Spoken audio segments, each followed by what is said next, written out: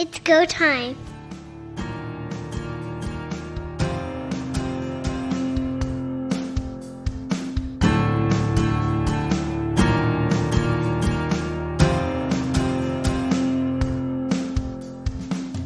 The biggest question in the minds of many, is there going to be an on-time start to the 2022 season?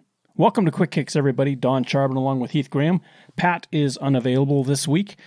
Heath, somewhere out there is going to be a deal struck. How close, how far, or will we see for the first time since 1974 training camp threatened? That's a great question. The CFL-PA seems to be very unified in their stance. The owners are pitching some things that realistically their early offers were insulting. They're working on trying to get that together here. We're running out of days as we record this. There are about 4 days left to get an agreement ratified before the start of training camps. I feel that we're in a position, both from the player standpoint and the league standpoint, that they cannot afford a work stoppage, given everything that they have been through over the previous 2 seasons. So I believe we will get a deal done. It may not be till Saturday afternoon, but I think they're going to be ready for camps to open on Sunday. Rookies have started to show up at camps across the CFL. The CFL, if it's to be believed, wants a 10-year contract with no salary cap increase and a possibility of elimination of A, the Canadian mandated participation in the starting lineup, and B, a reduction of roster spots, cutting down from 21 to whatever number you decide. If you do both, that means that basically you take away spots from the roster and you take away starting spots, you have nothing left. That one to me is a key, and we have discussed previously our feelings on the Canadian ratio. I love the fact that there is one in the Canadian Football League, and I do not want to see a complete elimination of Canadian starters. The situation we're in right now is there are Canadian and American players on the CFL-PA at the bargaining table, and this is one that I would love to be a fly on the wall to hear how the negotiations are going on this. As far as the salary cap and no movement on that for 10 years, that is the part that I said was insulting to the players, and I don't think there's any way that the league is going to be able to get that accepted by the CFL-PA. We're going to see a different salary cap, maybe a little bit shorter, or a plan for incremental increases to that cap year over year. But a 10-year freeze is something that will never happen.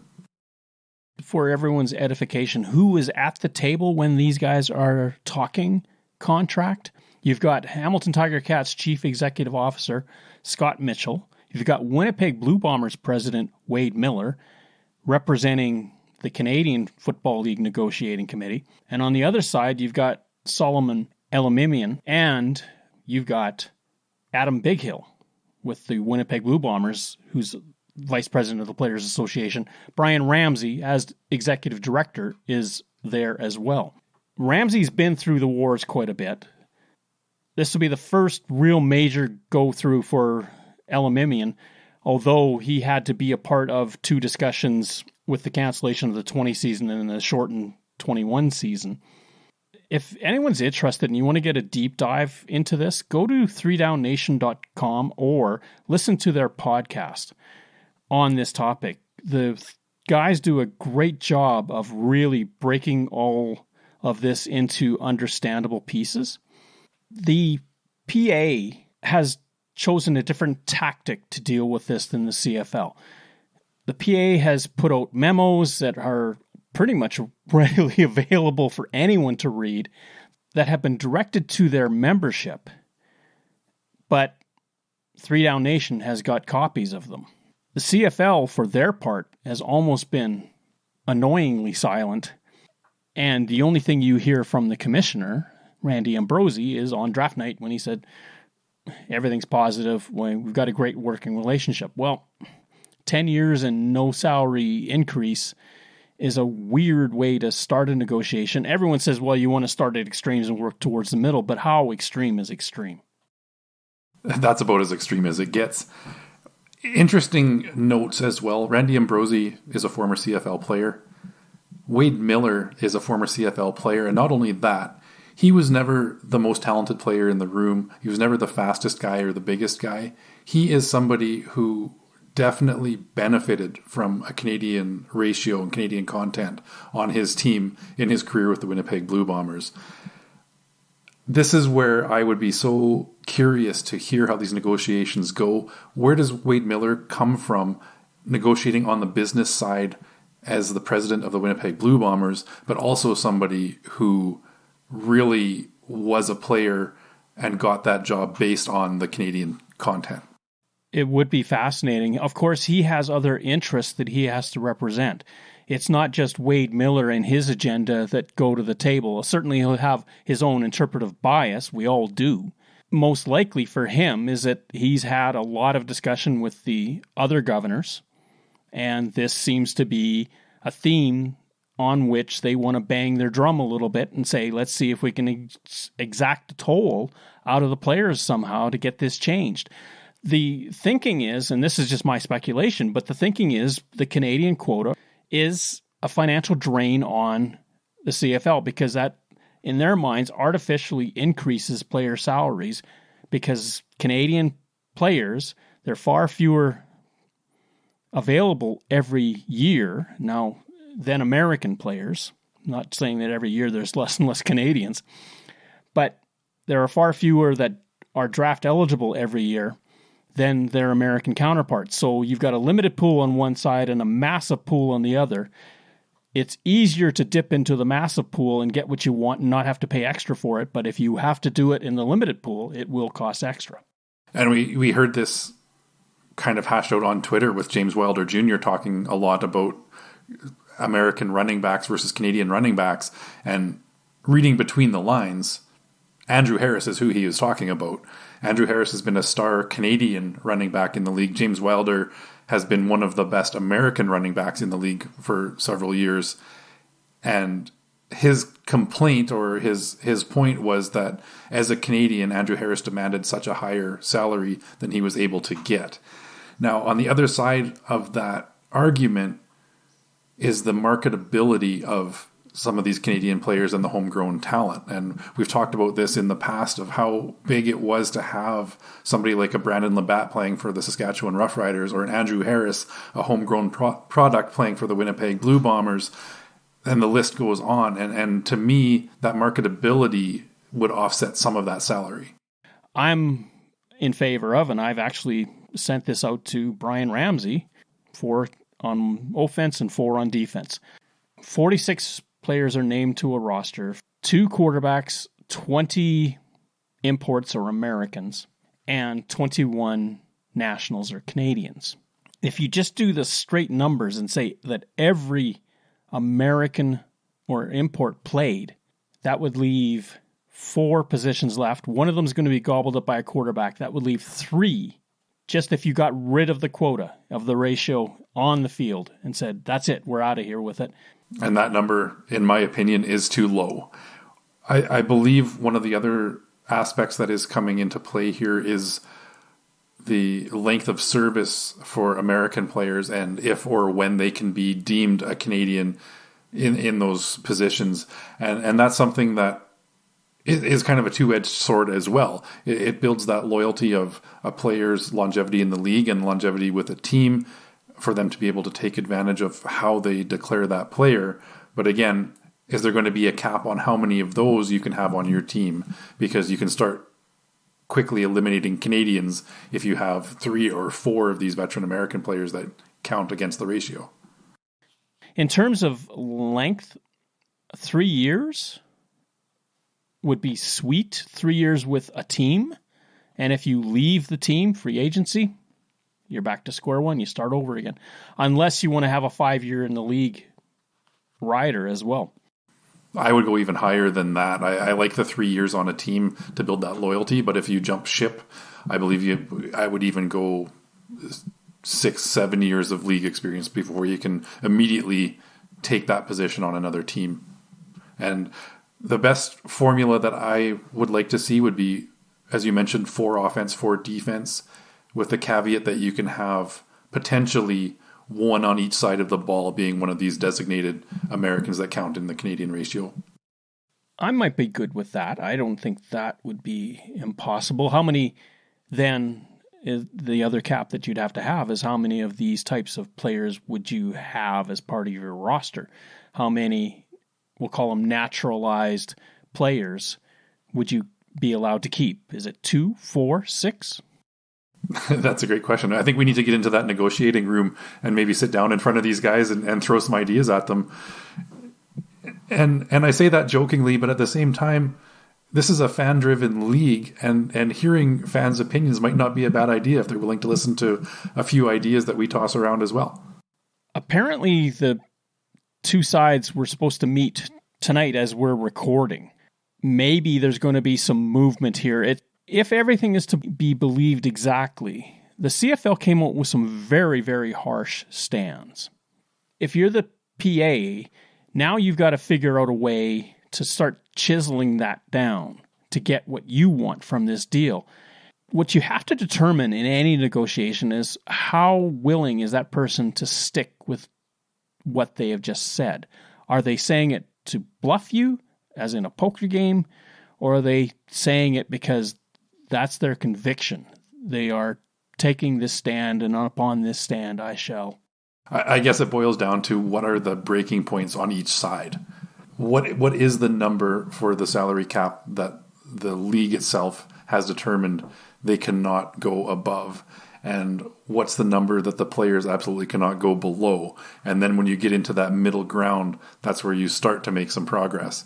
And any labor dispute in professional sports outside of the CFL is always interesting to see where people throw their allegiances when you've got billion-dollar owners versus multi-million-dollar players whining about money here and there. The CFL is a different animal because, as 3 Down Nation said on their podcast, you take the quarterbacks out of the equation, and the average salary of a CFL player is under $100,000. You look at the ownership structure. Yes, there are some very wealthy ownership groups in the CFL, but there are also the 3 community-owned teams that are a component, and some new and younger ownership groups that don't quite have that same clout that some of the older ones do. So I tend in other league disputes to kind of side with the players for the most part, because it seems like the billionaires are trying to continue to eke things out. But in the CFL, it boils down to viability of the league itself.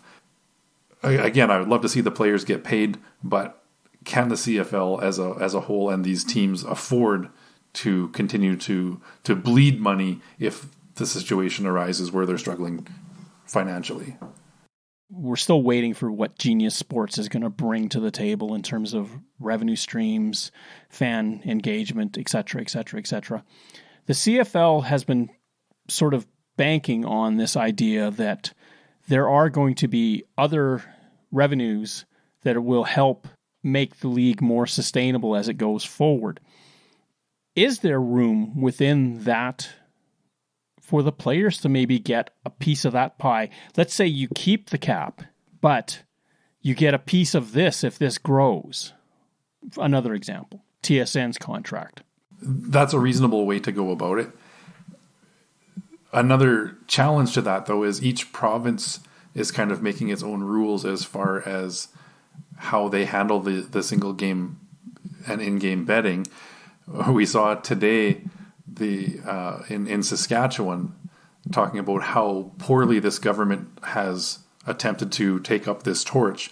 Ontario kind of hit the ground running and away they went with it. And Saskatchewan, we still do not have anything in place yet where you can make these wagers. So as much as you'd love to see all of this grow, if a province can't get their act together to get it in place, and we know the Saskatchewan fan base is one of the biggest in the CFL and very passionate. And at this point, these laws have been passed, but nobody in Saskatchewan can really do anything about it. Ontario, of course, is really incentivized because they've got 3 professional football teams. They've got 2 professional hockey teams. They've got a baseball team. They've got a soccer team. There's a basketball team. They've got all of these entities that are demanding this, and they will respond quickly. Saskatchewan, the Rough Riders are the only game in town. Yeah, well, and I think you brought up a good point in getting a piece of this and a piece of the television contract. There has been a lot of talk, not just on this podcast, but it has been discussed on this podcast, about the broadcast rights. Maybe we do need to see a change or a split between TSN and another network. There isn't a network that's going to throw the kind of money towards the CFL that they do towards the other major sports, but we see the numbers week in and week out, and the ratings are there for CFL football. So if they can negotiate those contracts that help the players out and get a little piece of the television revenue, it's a win for the players and the league as well. We only have the two major sports networks. It wasn't that long ago that CBC was also a partner in this process. And even before that, CTV, they would share Grey Cup games together. They'd have it on both services. It's not that far removed. There's a lot of opportunity, I think, for them to get creative about the television contract. And I look at the NFL and look at how the competition between the networks has driven their numbers up in terms of the dollars that the NFL makes through television pays for everything. It does. I think what we're going to see with the Canadian Football League is this is where Genius Sports comes into play a little bit as well with that online content. The NFL is already embracing some different broadcast ideas, and we've got the NFL Red Zone that jumps from scoring, red zone to red zone, obviously. And then you've got the Nickelodeon network that's doing some fun things with slime in the end zones and drawing kids into the game. We don't have as many networks in Canada to be able to do that.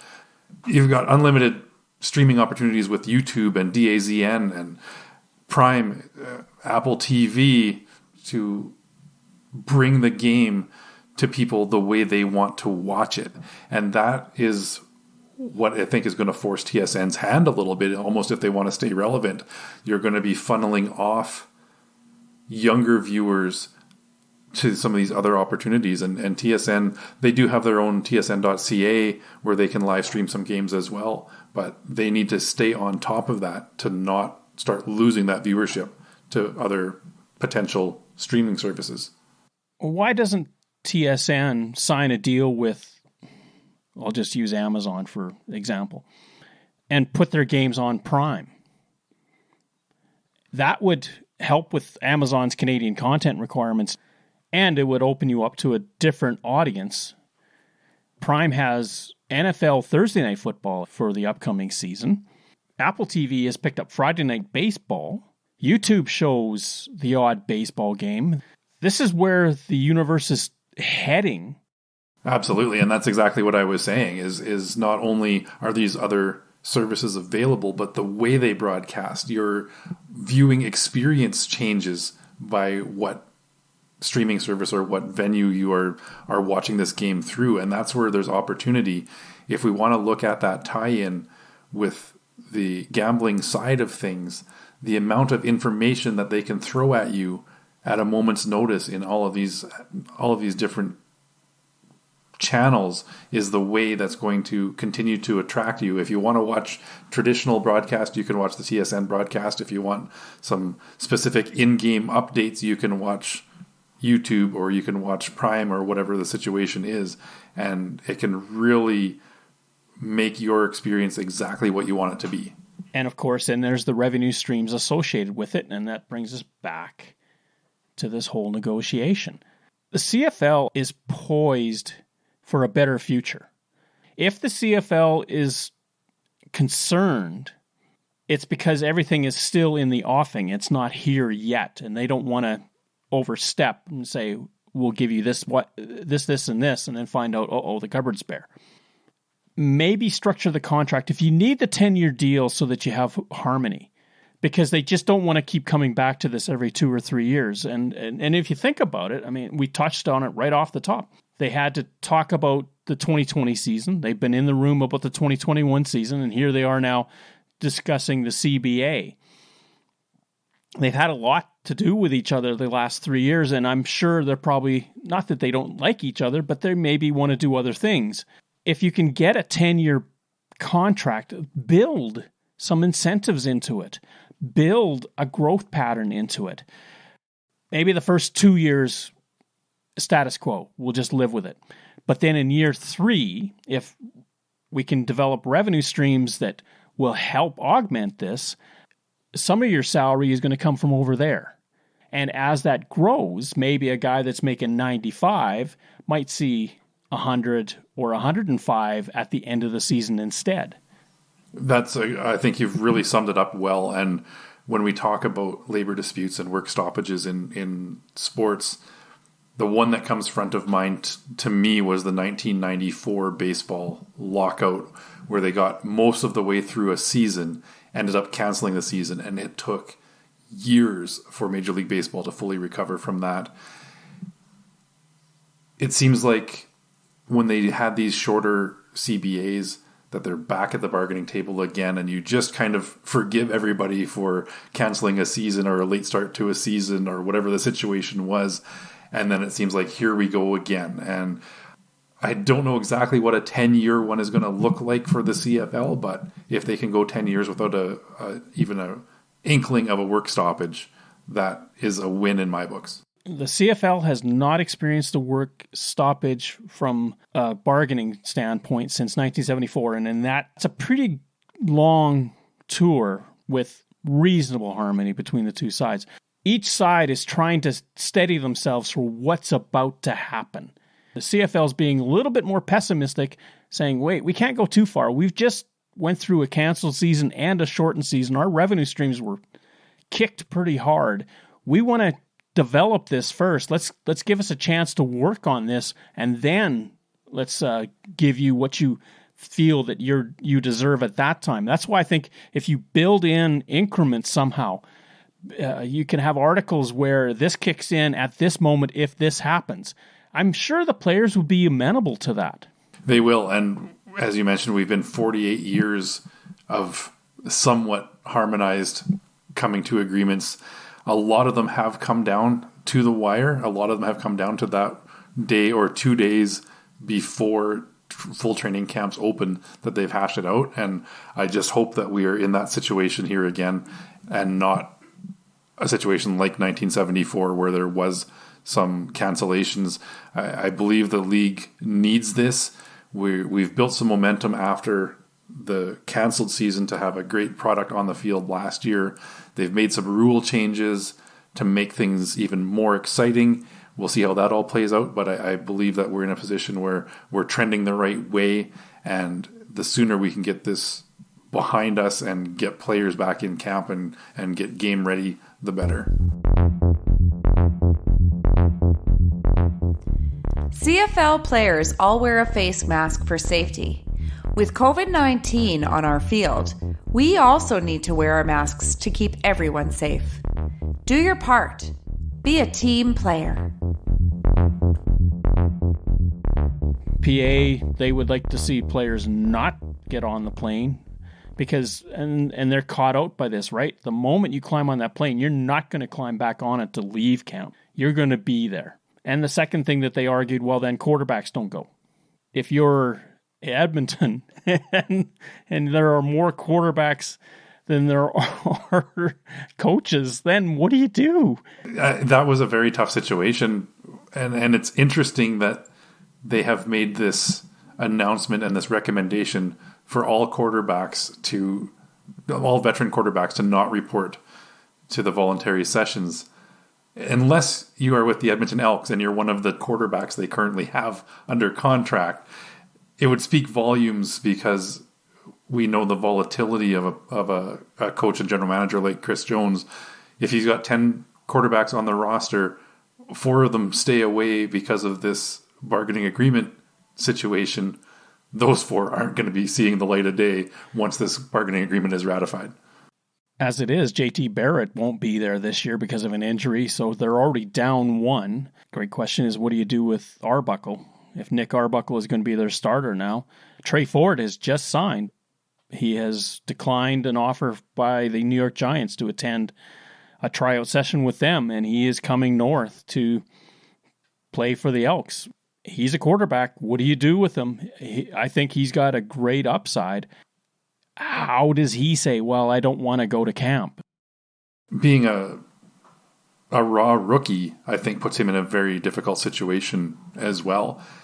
To have a player of Trey Ford's caliber commit right now to saying he wants to attend the CFL camp and he wants to be on a CFL team, again, this just screams to get this bargaining agreement hammered out, get a season in, because if you want marketability for the Canadian Football League and Canadian content, he's a guy that you really need to have playing this year, and maybe not necessarily the starter. We know it can take quarterbacks some time to grow in a professional league. Sometimes they come out of the gate hot and they're fantastic. Other times you need a couple of seasons to kind of get a feel for it.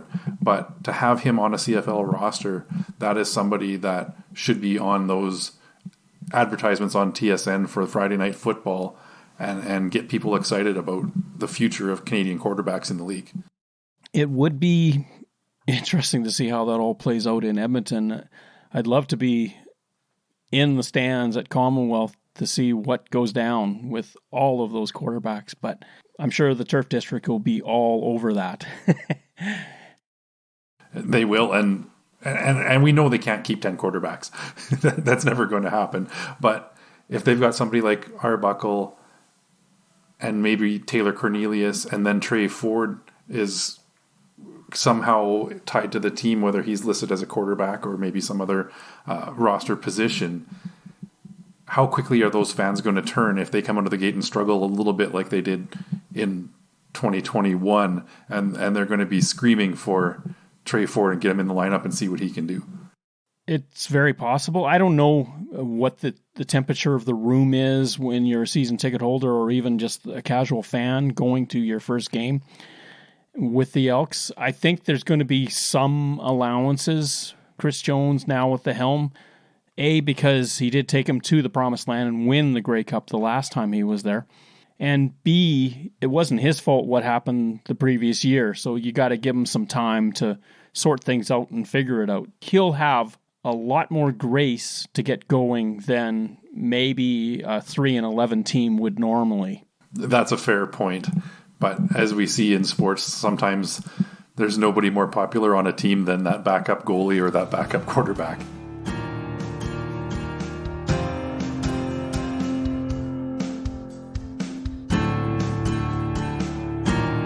Thank you for listening to our show. Third Down Gamble is hosted on Podbean. Follow us on Twitter, where our handle is @ThirdDownGamble. Join us again next time. The Third Down Gamble Podcast. Audio worth watching.